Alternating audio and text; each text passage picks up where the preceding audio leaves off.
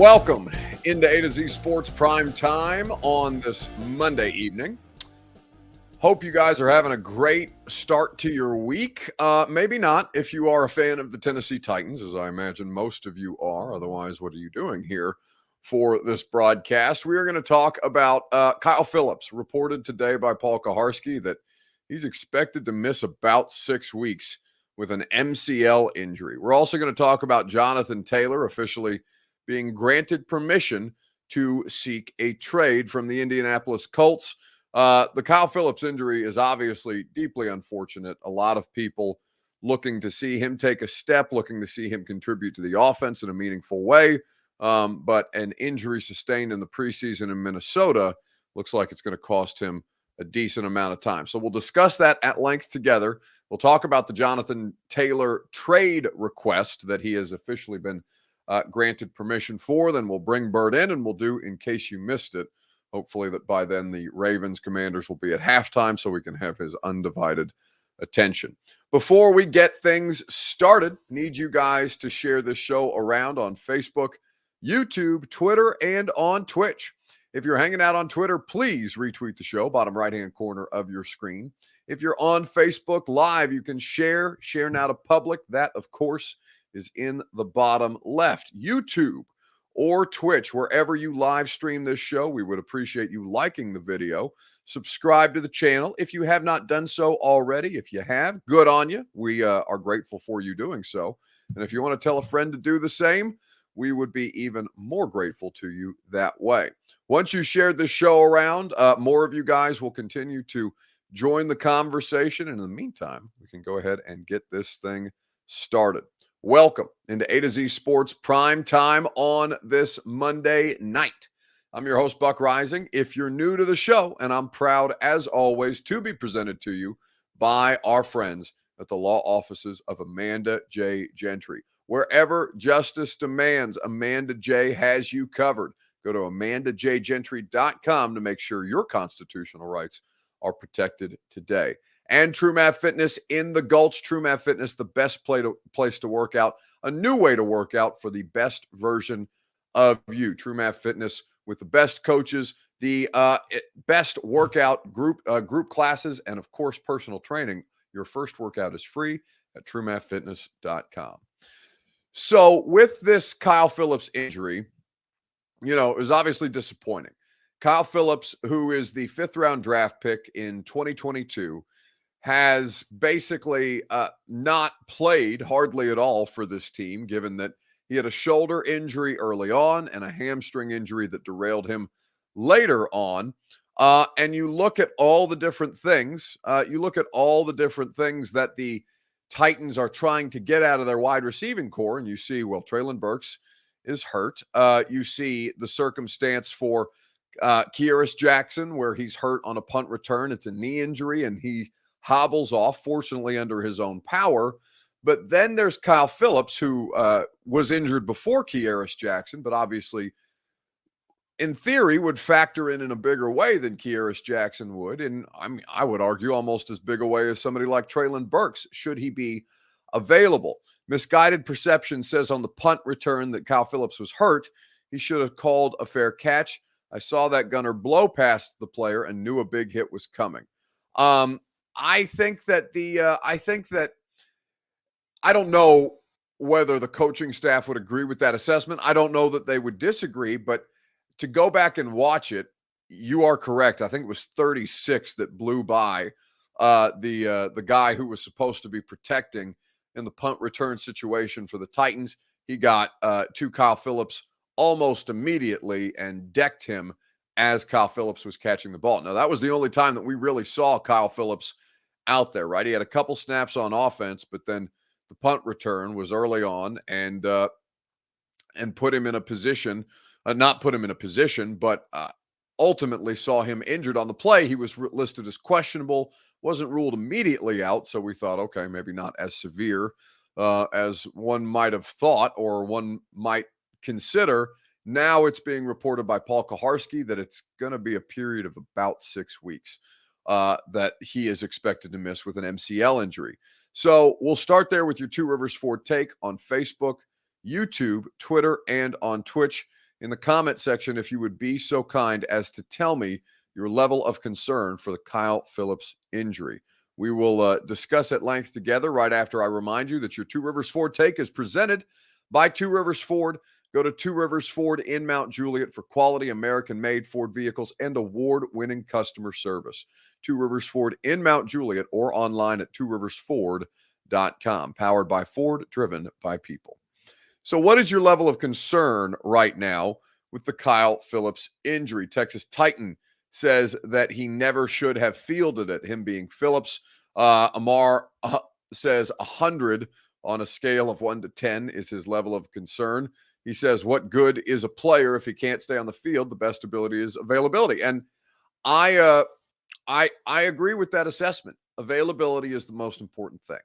Now, I don't think it's his fault that he had an MCL injury. I don't think it's his fault that his shoulder got blown up in week 1. I don't think it's his fault that he had hamstring stuff last year, but it doesn't have to be his fault to be a problem, right? This is now an injury that will theoretically cost him a considerable amount of time. We are 2 weeks away from their opener, 2.5 weeks away from their opener in New Orleans. We'll go through this week of practice. They'll have a lighter week of work with no preseason games on the Labor Day week or the week leading up to Labor Day. And then, of course, Labor Day weekend off before they get back into things with practice ahead of New Orleans. So we'll say a period of about 3 weeks from yesterday when they will open in New Orleans. And it sounds like Kyle Phillips stands to miss that opener and a good chunk more of the start of the season. 2 seasons straight with injuries, says Dre Wilson. And, it's not to the scale of 2021 or 2022 right now. But of course, with Burks and with Phillips, those are things that you don't want to see. Injuries to the wide receivers where the wide receiver depth was already thin. Aaron Goff says, do you think we could have a chance to see Ryan Tannehill on Friday? No, I don't expect to see Ryan Tannehill at all in the preseason. Trippin' Titan says he goes to IR, so now we get to ask you when he's coming off IR. Well, he hasn't been officially placed on IR yet. So, and I don't know that he will be, given that there will be 3 weeks, basically that he will have the opportunity to get right before they have to do roster cuts, about 2 weeks, 2.5 weeks right now. Adam Weber says Titans need durable, reliable playmakers. I mean, they have one, right? Derrick Henry is durable and reliable. DeAndre Hopkins has been that throughout the course of his entire career. So they do have durable, reliable playmakers, but I don't, I think they could benefit from more consistency across the board. I think that when you look at the level of concern, I think it's completely right to say that it's, I don't want to say a 10 out of 10 because it's not like he's done for the year. But the fact that he continues to get hurt, the fact that he's as small physically as he is, it's kind of like the Tua thing where there's only so much that he can do about his size, right? He put on muscle mass this year, in theory, to help make him more durable. Now, we'll see. This may be the only situation that he has. It may not be, right? There's no way to predict injury circumstances. Blast TV says Kinsey is actually durable compared to Kyle. Well, you can't do that because Kinsey doesn't play any, right? And I know the argument would be, well, Kyle Phillips doesn't play any either because he stays hurt. But like Kinsey does not get regular season action like this. Now, he has been more durable in the preseason thus far. I'm not gonna deny you that, but I don't think those two situations are comparable. Where the guy who you're comparing him to is out there playing defensive back half the time at practice. That's not necessarily the place that I would go if you wanted to cite somebody who's durable. I think that William Neal says he got hit low. How can he do anything about that? Well, he can fair catch, right? He doesn't have to field that punt. And I think that's probably the argument that most people would make. You don't have to field that punt there, especially when you got the gunner screaming at you from Minnesota, where you can see him clearly and obviously like firing off or coming down the line directly at you. Now, Kyle Phillips' spatial awareness has been a struggle in returning punts. I think that's where some of the turnovers, the turnovers that he had early on arose. But I do think that he can wave for fair catch at that point and avoid taking a hit where, there wasn't going to be anybody to protect him from that hit after the gunner went screaming by the Titans defender in the front. So I think that while you don't want to blame guys for getting hurt, I'm not, and that's certainly not what I'm doing. I'm not blaming Kyle Phillips for his injury. I'm just saying, could it have been avoidable? This seems like a slightly avoidable situation given the circumstance that you saw.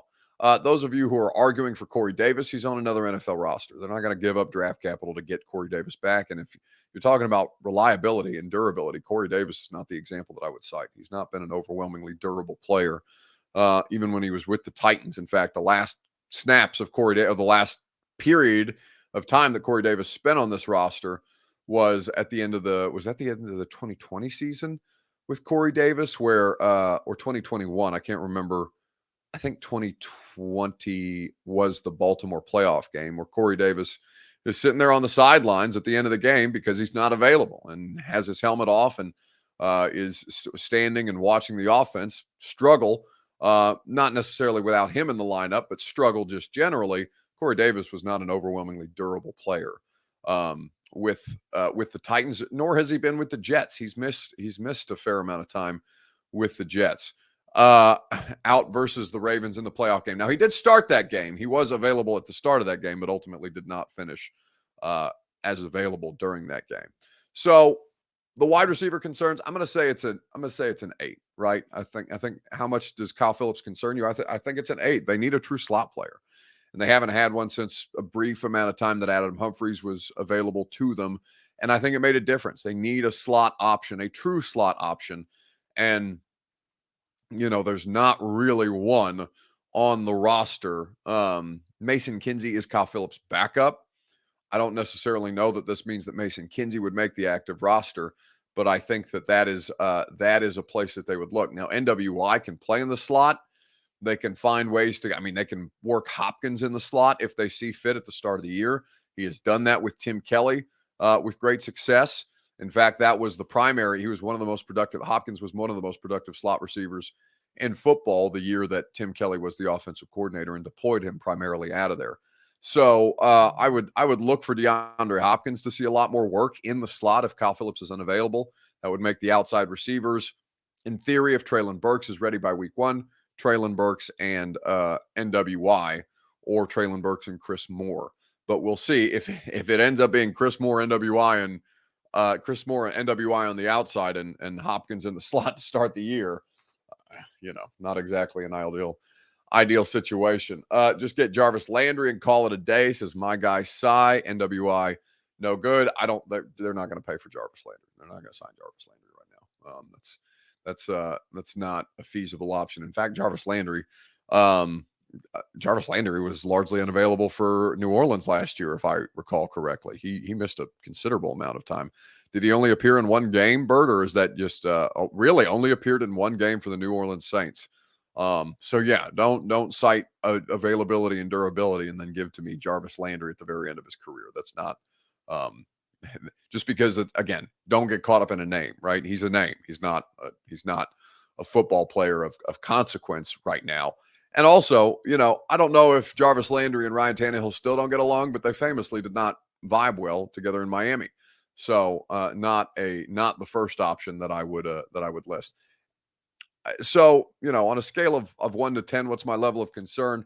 Well, we can get back into this and we'll read more of your comments right after I remind you that the Primetime Show is made possible by the Ashton Real Estate Group of RE/MAX Advantage. Go to GaryAshton.com. Get your dream address without the stress. The intel edge you need to succeed is at GaryAshton.com. The official real estate agent of the Nashville Predators can be found with the Ashton Group. Corey D. Jackson says, I would kick the tires on Denzel Mims. He got released by the Lions. Also, I'd take a flyer. That's a more feasible option. That's a more acceptable option, a more realistic option, I think, than somebody like Jarvis Landry. Again, Denzel Mims is not an accomplished player, does not have the career that Jarvis Landry does. Bert says he appeared in 9 games total for New Orleans, but only had 25 catches. So again, less than or just over half of the season in New Orleans, but missed a considerable amount of time. And I believe Jarvis Landry is now 30. So I'm not something that I'm necessarily interested in, another aging wide receiver with availability concerns. I'm a 9, between an 8 and a 9 on a scale of 1 to 10 with my level of concern. Kyle Phillips matters for this football team. Ryan Tannehill trusts him. He makes plays in practice, and he can't stay available. So, taking away reliable options or options that Tannehill trusts is not going to benefit this football team. They're not a better football team without the skill set of Kyle Phillips, even though I know from your guys' perspective, and I completely understand it from your guys' perspective, he's not been an asset to them in meaningful games beyond the Giants game and, one game of actual consequence versus how often I see him at practice is not, that's not going to be a justification for you all. And I completely understand that. So now you're without Treylon Burks for a period of time. You're without Kyle Phillips for a period of time. I would anticipate Kearis Jackson missing a little bit of time. I don't know the extent of his injury, but I do think that it was beneficial that that it was a knee, that he was ruled questionable with a knee, not out immediately, and was able to walk to the sideline himself in Minnesota. Mike Peck says, you'd think we'd be numb to this kind of news at this point. No, I mean, you don't ever really get that way. And listen, football players get hurt. Like, there's going to be players on the offense that get hurt of consequence to your football team. There's going to be players on the defense that get hurt that are of consequence to your football team. Like, this stuff happens. It's an unfortunate part of the game, but it's 100% risk of injury anytime you step foot out on the field of play. But I think that with Phillips, it is pretty disheartening because you knew that was going to be something that was going to be closely monitored for him, that he was going to be heavily scrutinized for. I can tell you about all the great plays that he makes in practice, and it does not mean anything to you, and it doesn't mean anything ultimately if he can't produce in the game. So Kyle Phillips is a 5th-round pick. I think he matters when he's available. The problem is he's just not available. Jody Newell says, bring back two-a-days. Yeah, there's 0% that's happening. And I don't think that's going to help with durability, even though I know there's an argument for things like load management. Players were injured or didn't miss as much time pre-load management in the NBA as they do post-load management. But like, to bring back two-a-days is just stupid. Like, that's not going to help Kyle Phillips remain healthy. Now, maybe there's some stuff. It's not like Kyle Phillips is going to get a callus on his MCL because he's practicing in two-a-days. That's nonsensical.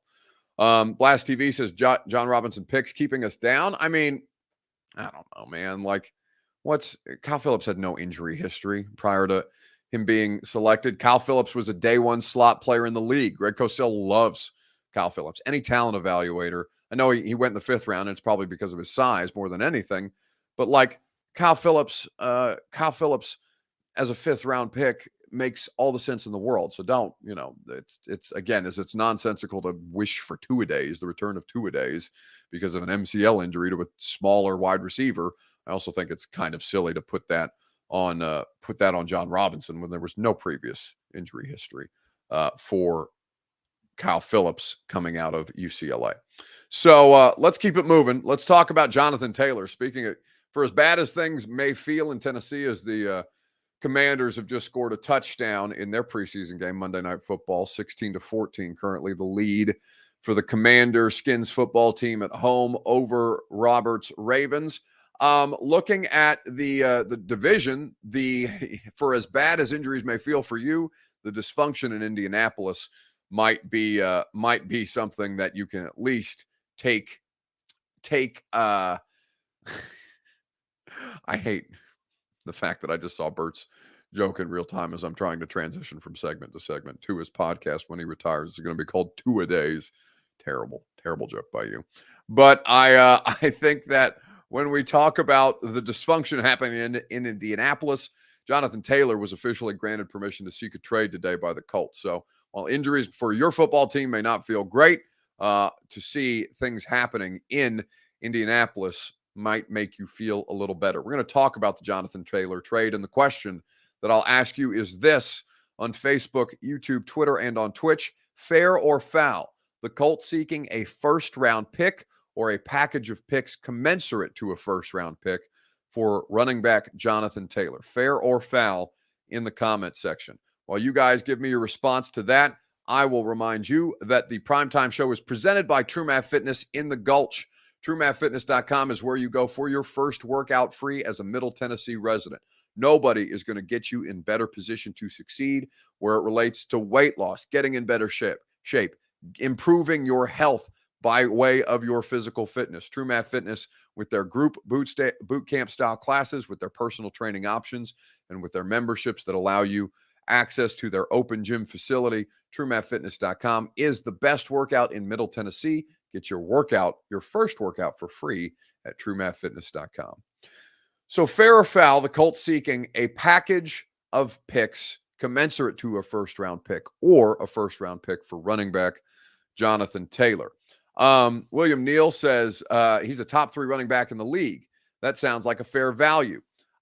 Lewis says fair, but the wrong kind of fair. He means F-A-I-R, not F-A-R-E.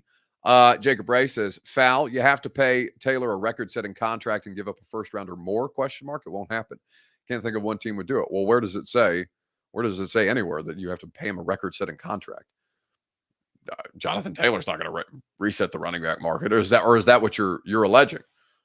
There's nothing to. I mean, if Saquon Barkley couldn't do it, Saquon Barkley is a better player than is Jonathan Taylor, and Saquon has a durability question mark around him for the early part of his career. But like Saquon Barkley this year is making like $6 million less than Derrick Henry.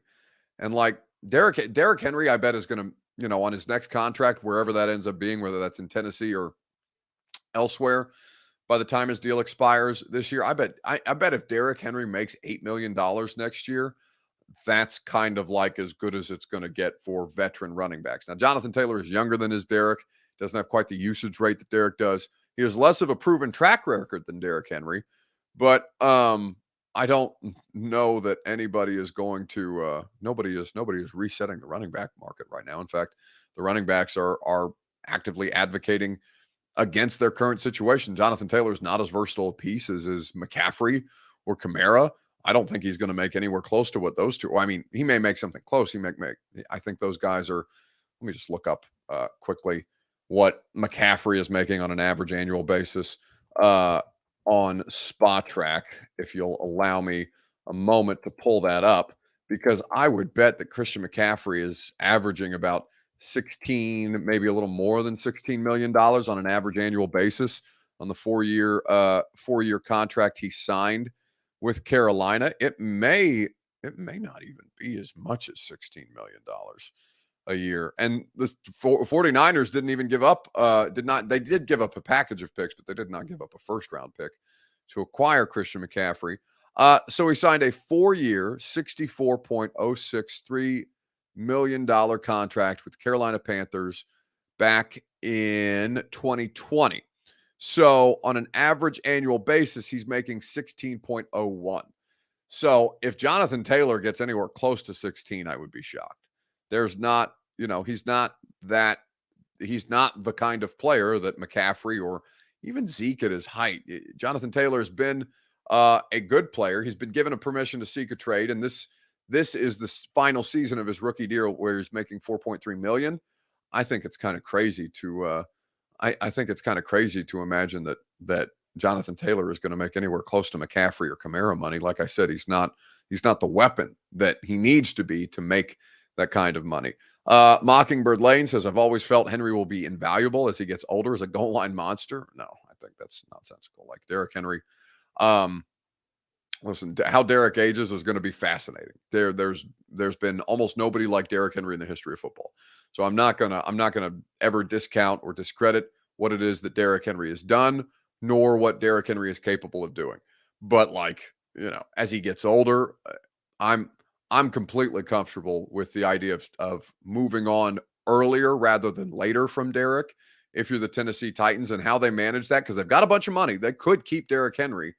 They could keep Derrick Henry if they wanted to. They've got plenty of financial flexibility to do so next season, but it's almost like Jurrell Casey, right? Like Jurrell Casey meant a lot to the people of Tennessee. Tennessee meant a lot to Jurrell Casey. John Robinson, one of the smartest things that he did was get rid of Jurrell and that contract.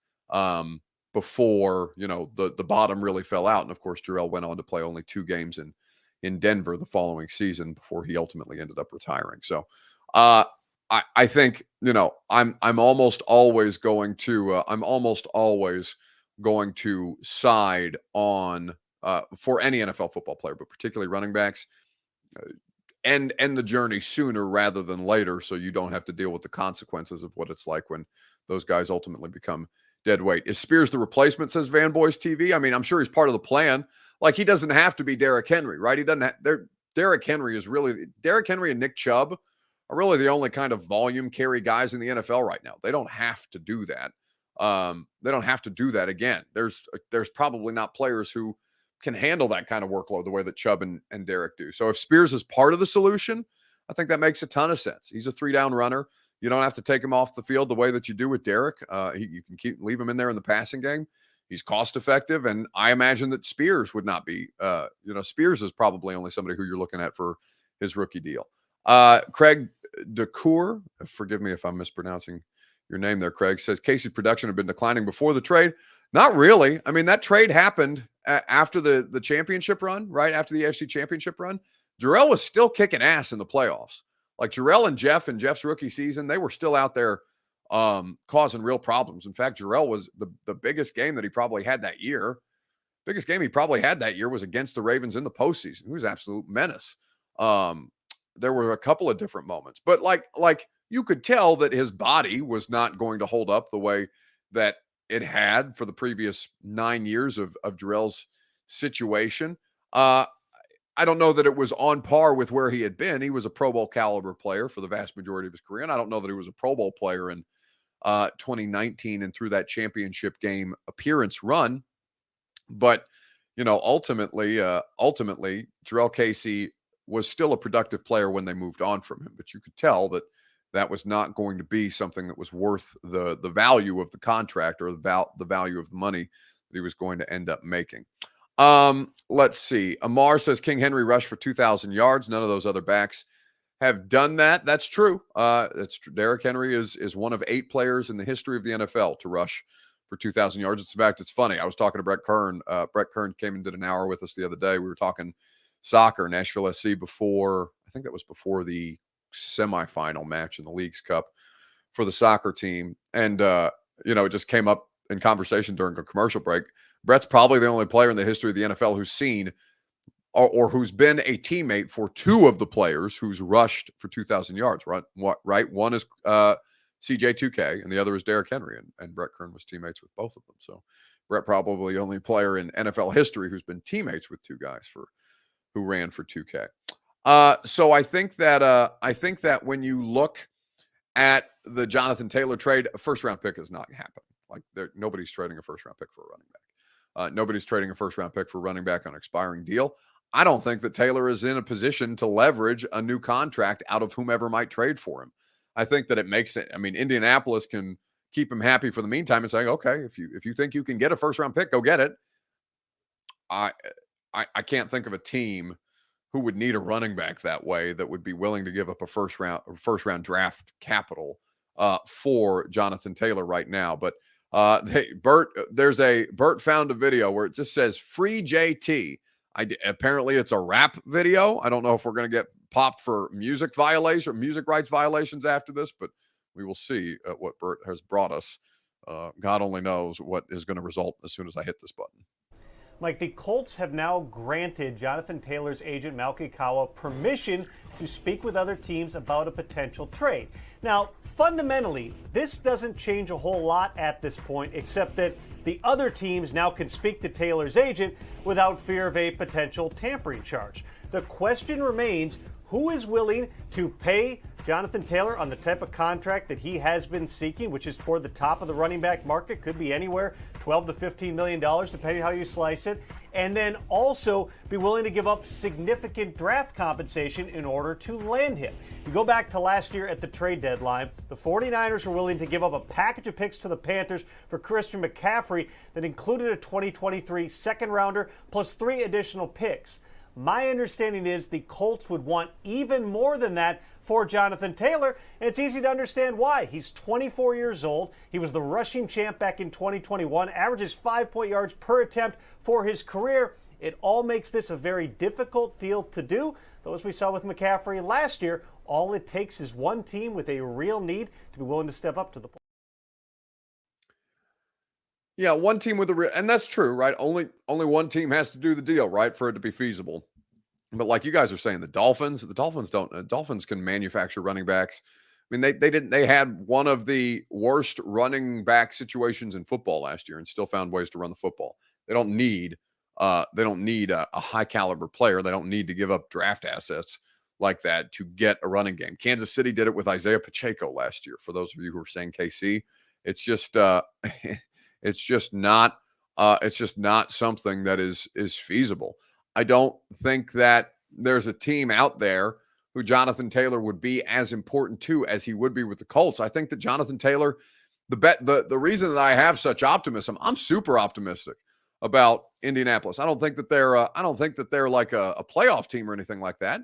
But I think the reason that I was optimistic, there's two big reasons why I'm optimistic about Indy. I don't know what their projected win total is. In fact, I could probably look that up quickly. Colts 2023 win total, because I would imagine it's probably around like 7.5 games. So I wouldn't necessarily bet the over in that circumstance, but the reason that I feel optimistic about it is because one, Shane Steichen is a gifted head coach who has experience with a raw, toolsy player. I mean, Richardson is much more raw than was Jalen Hurts when Shane Steichen got him with the Eagles. But I do think that coaching staff gives me optimism about the trajectory for Anthony Richardson. And because Anthony Richardson is such an electrifying player with the football in his hands as a runner, I think that lends itself well to the kind of running game that the Colts would try and execute if Jonathan Taylor and Anthony Richardson were the two players in their backfield. So 6.5 wins is the win total after they had 4 wins last year. Right now in the it looks like that's on FanDuel. I would probably bet under. 6 sounds like a decent number, given that the Colts will play the AFC South, which is not a strong division. They also play the NFC South, which does not project as a strong division this year. I would think 6 wins for the Colts feels about right. But a first round pick, Jonathan Taylor is not worth, right? They're not going to, no team is going to give up more draft capital, because Jonathan Taylor was a second round pick. And they're not going to give up a higher value asset than what the player, he's not a quarterback. It's not like running backs have the kind of sustainability that quarterbacks do. And if he wasn't a first round pick in the first place, why would they get a first round pick back for him now? The Colts are trying to Trent Richardson somebody. And I'm not saying that Jonathan Taylor is Trent Richardson. Trent Richardson had a lot of stuff going on that ultimately saw him fail the way that he did when the Colts gave up a first-round pick to get him from the Browns. But there's no scenario in which I envision that happening. I just don't think it's feasible that way. My guy Sai says, hope Richardson does well, but hope the Colts lose as many games as possible. Well, if you're a Titans fan, I completely understand that. Personally, I want to see all four of these quarterbacks succeed. Levis in the future. I want to see Trevor Lawrence have a successful NFL career. I want to see CJ Stroud be a good NFL player. I want to see Anthony Richardson reach his potential. I want to see all these guys do well, because if I'm going to cover the AFC South, I'd rather see better football players than worse football players, even though I know that doesn't necessarily lend itself to your favorite football team having success. But I would like to see all 4 of those young quarterbacks have as much success as humanly possible. All right, let's bring Bert in. Let's do In Case You Missed It. Let's see where else he is going to take us throughout the course of this evening as we get ready to come back for the second half of his Ravens-Commanders preseason game. We'll do so here in just a second, right after I remind you that the Primetime Show is presented by the law offices of Amanda J. Gentry. Protect your constitutional rights, particularly if you're a father. Amanda J. and her team are very passionate about father's rights, protecting your fundamental constitutional right to be a father to your children. Do not talk to the police without a lawyer. Protecting your constitutional rights. That's the kind of advice that you can get from Amanda J. Gentry. Wherever justice demands is a phrase that they mean because they have practiced in Tennessee family and criminal courts in 35 counties in Middle Tennessee. Make sure you are protected. Make sure you know your constitutional rights. Make sure you're hiring the best in the business. AmandaJGentry.com. So Bert will come in. We'll do In Case You Missed It. Then we'll let him get back to the second half of his preseason football game. Hey, bud. What's going on? And I agree with you on the Jonathan Taylor front that no one is going to pay that ransom for him. But for the sake of fun, if you had to name somebody, I think Jerry Jones is just crazy enough to do something like that. You know how he values running backs. Tony Pollard's on the franchise tag. You cut bait with the loose weight, and you bring in Hero, get it up from zero. So I just don't think that they would do Tony Pollard like that, right? Sure. They did right by Dak after Dak's injury. Jerry is typically, I mean, hell, they didn't have to franchise tag Pollard after he was at an ACL late in the year. They didn't necessarily have to do that. Jerry does. It's one of Jerry's few redeeming qualities. He does tend to take care of their guys first and foremost. I don't know that he would go mercenary like that, but it's a fun exercise to imagine. Is there a team that you would like to see him on more than the Colts? I personally would like to see Jonathan Taylor on the Colts with Anthony Richardson. That would be the ideal place for him. You know, Baltimore doesn't need him. I'm trying to think of teams that run the football that way that would get creative with the usage of Jonathan Taylor. Very few teams right now that would need him. And it changes every year, right? But the Colts makes the most sense. And it's from my daddy. Sorry, you don't have to stop while just because, like, what the fact that you just came to, I want you to be able to multitask. I talked for 4 hours a day. It took me a second to read it. I'm not a good reader. I'm a talker. I don't be reading stuff. You ever hear my sports updates? Unfortunately, yes. With Taylor, though, it seems kind of negligent for them not to just pony up this year. If you really are going to start Anthony Richardson, it seems like you would want him to have the best cast around him for his development. Yeah. I don't see any team resetting. I mean, it only takes one team to do it. You're and right. The Colts would be the best case for it, but I just don't see anybody resetting the running back market right now. And I imagine Jonathan Taylor is not going to be happy with a contract that is where he considers below value. If he thinks that he's up there with the kind of running backs that are McCaffrey, Kamara, Zeke, when he was at the top of his game, when he got paid, Derrick Henry, like I don't see the viability of that. Austin Stanley says the Bears and Justin Fields. That would be intriguing. Who's the Bears' lead running back right now? I should probably know that, given that we were just in Chicago.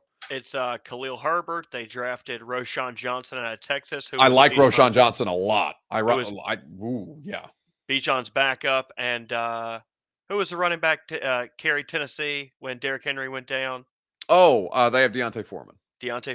Yeah. So a backfield that could definitely use a star, especially for Justin Fields, if you could pair those two rushing elements together. I think Roschon Johnson is going to have. I don't know what how they're going to divvy up the carries between Khalil Herbert and Roschon Johnson, but I came away. That was one of the players that I was impressed with the most in Chicago on the whole from that preseason outing when we were up there a couple of weeks ago. Anyway, what have you brought us? Yeah, I want to wrap this up. As you can tell, I'm losing interest trying to watch the Ravens game to the side. But speaking of Jerry Jones, it's kind of weird when you find out what your parents or your grandparents' music you listen to. Like, you can't imagine them really getting down to, like, some Moneybag Yo, right? Like, they're always listening to some crazy stuff that they were probably getting down in the backseat of their car to way back when. So it's always odd for me when I hear older people into music nowadays, because it's like, what are you talking about? And that's how I felt when I found this about Belichick being a Taylor Swift fan. Saw a little bit of Taylor. That's my guy. We were wondering about that. Yeah. That was about it. Did you enjoy it? Did you get rained out? Were you at that show? That was pretty impressive. Yeah, she killed it. She's tough, man. She just stood out there and played right through it. And then they gave what's his name a hard time, Luke, because they pulled the plug on him. That was lightning. I understand that. When there's lightning in the area, we head off the field too. So I can't really. I think he could last through a rainstorm. He's a pretty tough guy. But yeah, Bruce, it's always when I was with the Giants, it was Bruce and Bon Jovi. I mean, you got the the two Jersey guys were like at the top, and they probably still are. But always great to see John, Bruce in action. Sure, bring a lot of energy. Get the whole place rocking. So dancing in the dark. I mean, so are you officially? Do you consider yourself to officially be a Swiftie now? Officially, I don't know about that, but I don't know what it officially is. Seems like Aaron Rodgers is. Yeah. What does that mean? Like you have a sweatshirt or something? You're gonna have a few. Yeah. Well, you can Good sing. merch. I think you can sing some of the lyrics. It's I don't know.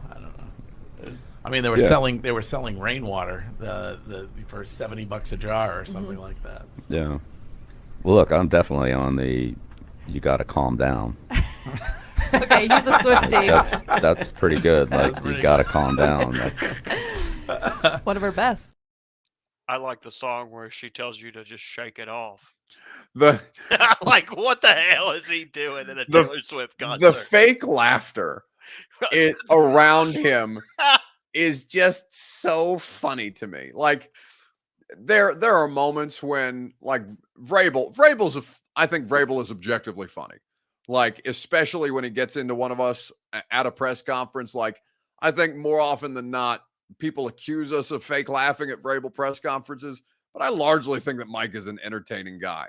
And Belichick, by all accounts, is that outside of what he is to the front-facing media and how he projects to the public. But like, I would like to think that if we had Vrabel in studio, the way that they sound like they had Belichick in studio at WEEI, that there would not be nearly as much fake laughter. But now, of course, the next time I interview Vrabel, I have to catch myself and make sure that I'm not fake laughing. You got to ask if he's a Swiftie.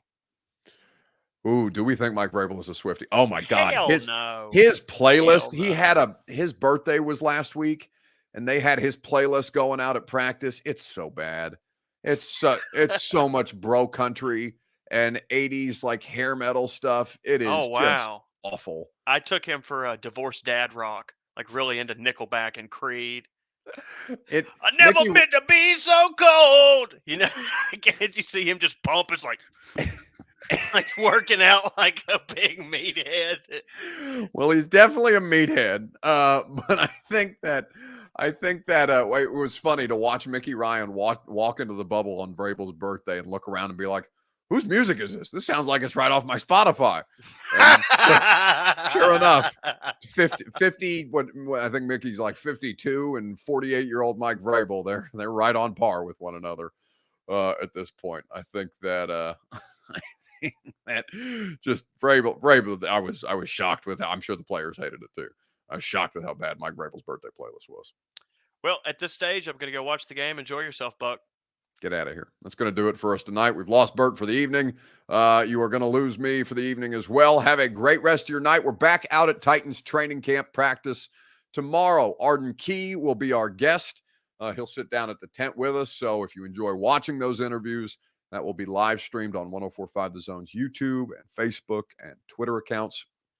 Of course, we will be talking more Titans tomorrow. They do have a scrimmage situation that was scheduled, that was not scheduled. They won't have joint practices with the Patriots this week.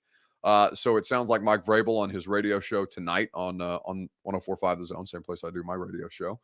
I guess this was the first edition of the Mike Vrabel show now of a new season. He's going to do that every Monday night moving forward, other than, of course, the Monday night game where they play the Dolphins. It sounds like they're going to have an inter-squad scrimmage where Stretch and Terrell Williams, the defensive line coach, are going to be the coaches for either squad. And it sounds like that's how they're going to make up the competition without the Patriots in the building to get them ready for their final preseason game. So keep you updated on that. That'll be something that we look forward to tomorrow. Have a great rest of your night, and I will talk to you tomorrow at 10 a.m. on 104.5 The Zone. Are you surprised to hear that?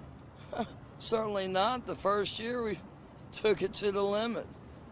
And I was in Miami with my new beach house. Well, it was a couple minutes from the beach. It's been 20 years since then. We haven't been too strong in the last few years. Oh, we've been strong. We're just playing by the rules. You can't have a newcomer come in and steal the show.